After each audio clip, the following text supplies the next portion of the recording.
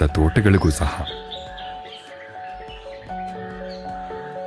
ಸರಾಸರಿ ಒಂದು ಶತಮಾನದ ಹಿಂದೆ ಜರ್ಮನಿಯ ತೋಟ ವಿನ್ಯಾಸಕ G.H. ಕ್ರಿಂಬಿಗಲ್ ಅವರು ರೂಪಿಸಿದ ಈ ವಿಸ್ತಾರವಾದ ಪ್ರದೇಶವನ್ನ ಇವತ್ತಿಗೆ ಕೂಡ ಅತಿ ನಾಜೂಕಾಗಿ ಕಾಪಾಡಿಕೊಳ್ಳಲಾಗ್ತಿದೆ.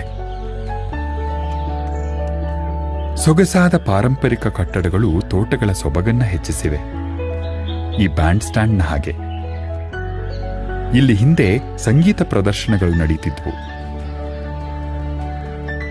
ಮತ್ತೊಂದು ಐತಿಹಾಸಿಕ ಹೆಗ್ಗುರುತು ಈ ಠಂಡಿ ಸಡಕ್.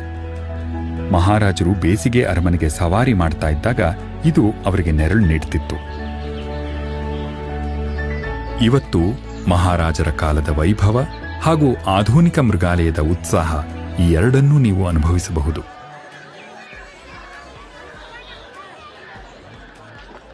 ನಮ್ಮ ಈ ಮೃಗಾಲಯ ಮೈಸೂರಿನ